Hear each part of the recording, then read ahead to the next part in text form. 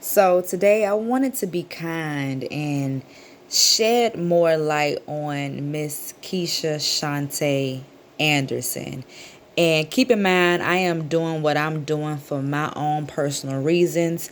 If you have been watching at one point in time recently, within the last 2 months, I believe, I did record a video. And in that video, I was telling the people content with the commentary reactors, I was like, y'all, let's not talk about her because that's what she wants us to do, which it is and still is. I was like, y'all, if we just don't feed into the BS pretty much, she's going to come to an end because, as I said in that video, I will try to remember to link the cue card above. If it wasn't for us commentary reactors bringing her up or putting her name in the title, Keisha would be dry. You know, she's already dry on her own, but we bring attention to her name and to her channel. And it's okay because I'm not stingy. I'm not stingy. I want people to tune into her and I want people to have their own judgment and thoughts about this young lady. But I wanted to shed light on this video. This is the part 3 of her documentary. And let me just say once again, Keisha went to school for acting. Keisha knows what to do. Keisha knows what to say. And Keisha knows how to do it. So, as you guys know, Keisha and Brittany Marshall, family of the Marshall gang, family of 5, something, or party of 5. I'm going to tune into her a little bit after we watch this. But, that was her best friend. Keisha and Brittany has been friends for a good, I know, from what I've seen, a good 5 years. But probably more outside of this YouTube platform. But a good 5 years, I know for sure. But on last year, their friendship ended due to Brittany being 100% honest from what I can see outside looking in based on what they shared. I don't know what else went on through the things that they didn't share, but it adds up to me and it equals to 100 that Brittany was real. Brittany wanted the best for Keisha. Brittany didn't want to see Keisha being mistreated. And she was looking out for her well-being, all right? So I'm going to play this little clip. And in this clip, it's going to show you if you can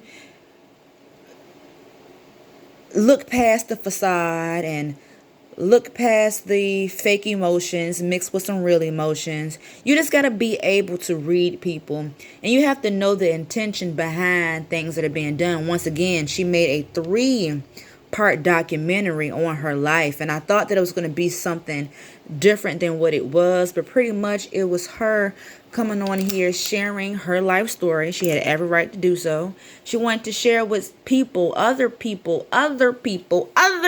done to her. A lot of people manipulated her. A lot of people used her. A lot of people took her for granted. And I get that and I hear that and I totally understand that. But not one time in any of these documentaries that you hear anything on her behalf, her taking accountability for the actions that she also displayed. It was more so just a pointing of the finger type of situation with me. From what I seen and what I heard, she just played victim throughout her whole entire documentary. But once again, to each his own, and we have our own perspective. But let's go ahead and listen to this. But he loved me nonetheless, and he doesn't regret, Oh, wait a minute. deciding to have a family. Hold on. And it's okay. It's kind of low. And this was the same day as my best friend's bachelorette party, and we were at the condo where we were going to have the bachelorette party. I did not plan it, so I didn't know of the neighborhood or anything of that sort. But once we got out of our car, we were sitting at the elevator, waiting to go up. And Keisha had just called me and said that she was about to pull in, so I knew she was on the way, so we were kind of waiting on her as well. But right before she pulled in, I seen a car that looked very similar to Jeremy's. Keep in mind, we're in a parking garage for a neighborhood. So it's visitors and residents in this neighborhood. So I seen a car pull in. It looked just like Jeremy's, and he rolled right past us. So I was able to see that it was in fact Jeremy. I just honestly, man, I just failed. I failed, and I let my inner demons, take over.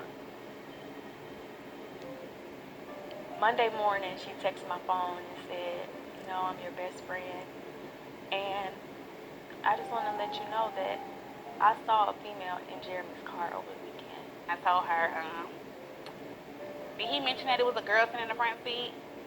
And she was like, no. He said that was his homeboy girl or whatever. And she went ahead and asked him about that. And I guess he had other stories to back up why this girl was sitting in the front seat. I mean, I was just, I was, conversing, with another friend or whatever. To get pregnant and for him to make a decision to get closer to another woman when I needed him most. Hold on,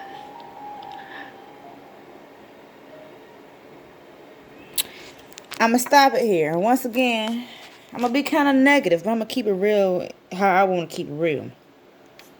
None of this should have been brought to the internet, period. None of it. But I understand why it was, because this is her job. This is her livelihood. She knew that this was going to bring in views. She knew that this was content. She knew that she was going to get a lot of positiveness from it, and she knew that she was going to get some negative backlash as well.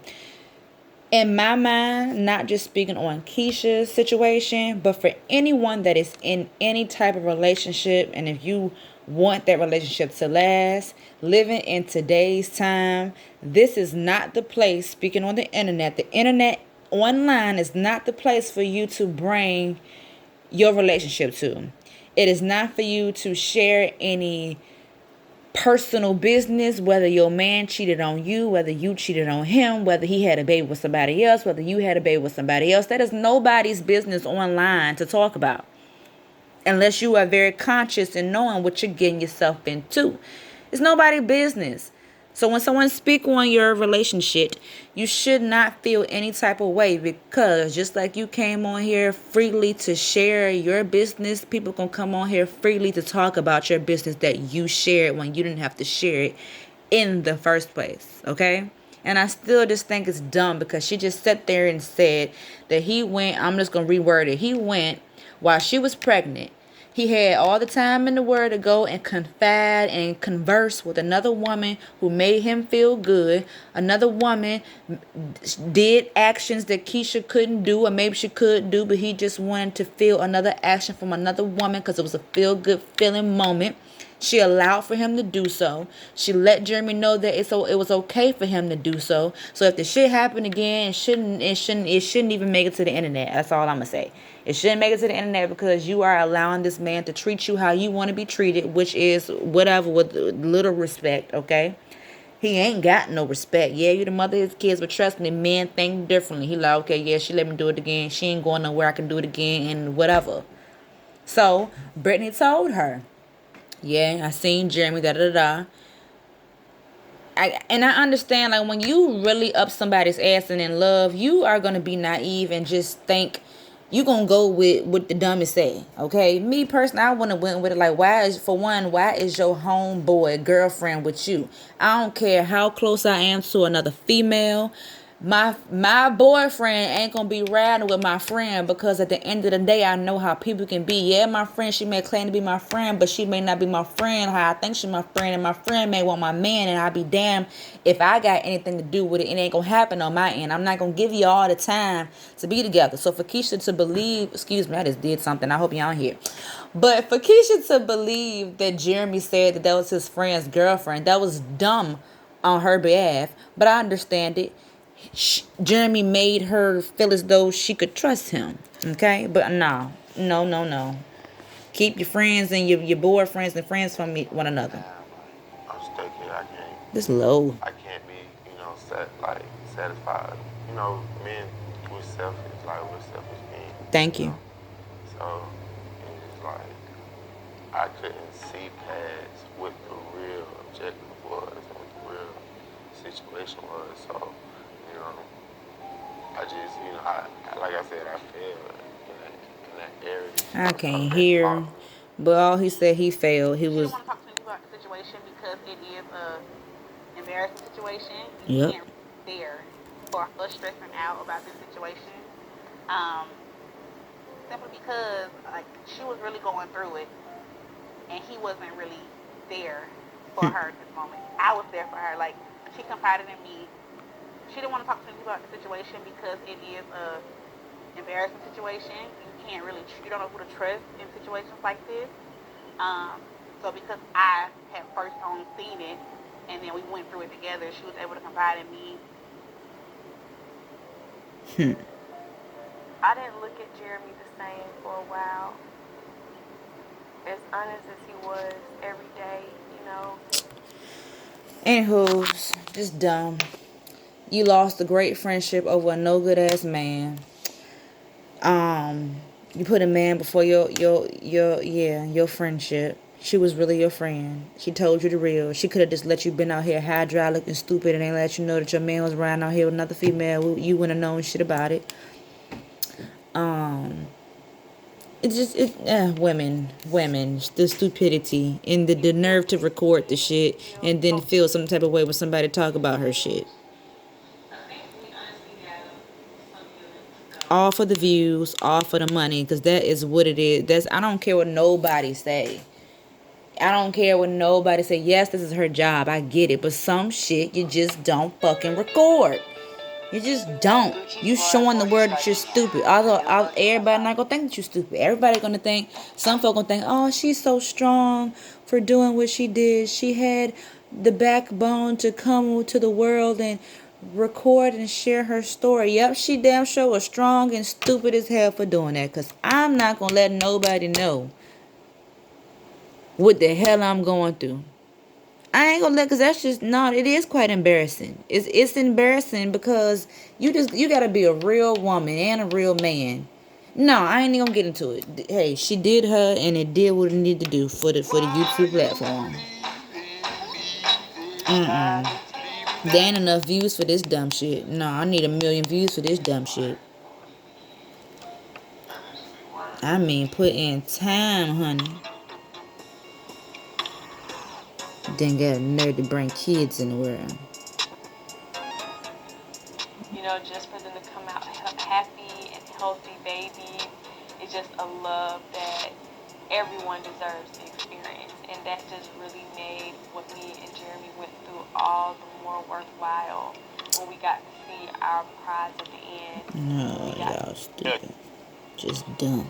We understand that we are all one, you know, like even our kids, like they, by them being here, they allowed us to all be one. I get what he's saying, but y'all still individuals. But I get what he's saying. You may want, you know, more shoes. You may want a higher degree. You may want, you know, a new job. You may want, you know, a new business for yourself. There's just always something you want that sometimes you forget to appreciate the now. I think our girls have definitely allowed me to appreciate the now and to love them deeply. Truly care about them being here and being in this world and being happy and having everything that they need.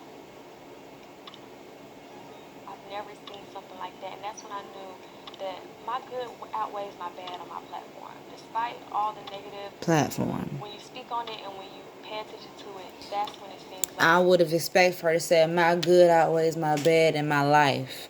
But she talking about the damn platform. See, this calculated. Outweighing the good. When you think about it and you really put things in perspective the way that they are, my good definitely outweighs my bad. And she kind of prepared for this as a career while she was in school, watching kids to make money. And so actually she would talk to me about that you know, she was doing it to make money and it's flexible to do while she's in school, but then it would also be preparing her to have her own children so that she could learn from other parents and then have the hands-on experience. So she's intentional. She's doing her best. She's trying. She says she's intentional. That's a good thing, though. You got to intentionally do certain things to get you where you want to be. Yeah. I think she would like help and guidance. And so she need help, all right. And moving forward, whenever people ask, okay, that's it. I just want to speak on that. I'll be back with another video for you.